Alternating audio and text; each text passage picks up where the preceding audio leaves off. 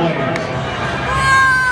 Looping it up, he almost had it, and then roll over onto the shelf. Put some hands together for Crush Station. I'm going to tell you the score to be right here, Bounty Hunter 29. Crush Station total scores.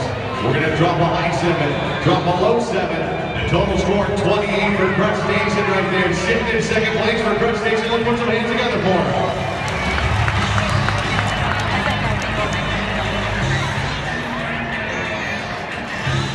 Watching the replay up top for Crush Station's wheelie run.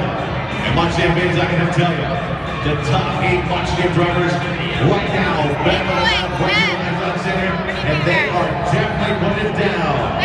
You Montana fans out here, you guys said you wanted to go bigger and better for 2015. Well, Griffith's is outside of the big old Crush Station, and they are definitely putting it down already in its only wheelie competition. Greg, he's over there. We'll make my way over and see what's going through the line. And Greg Winterlock.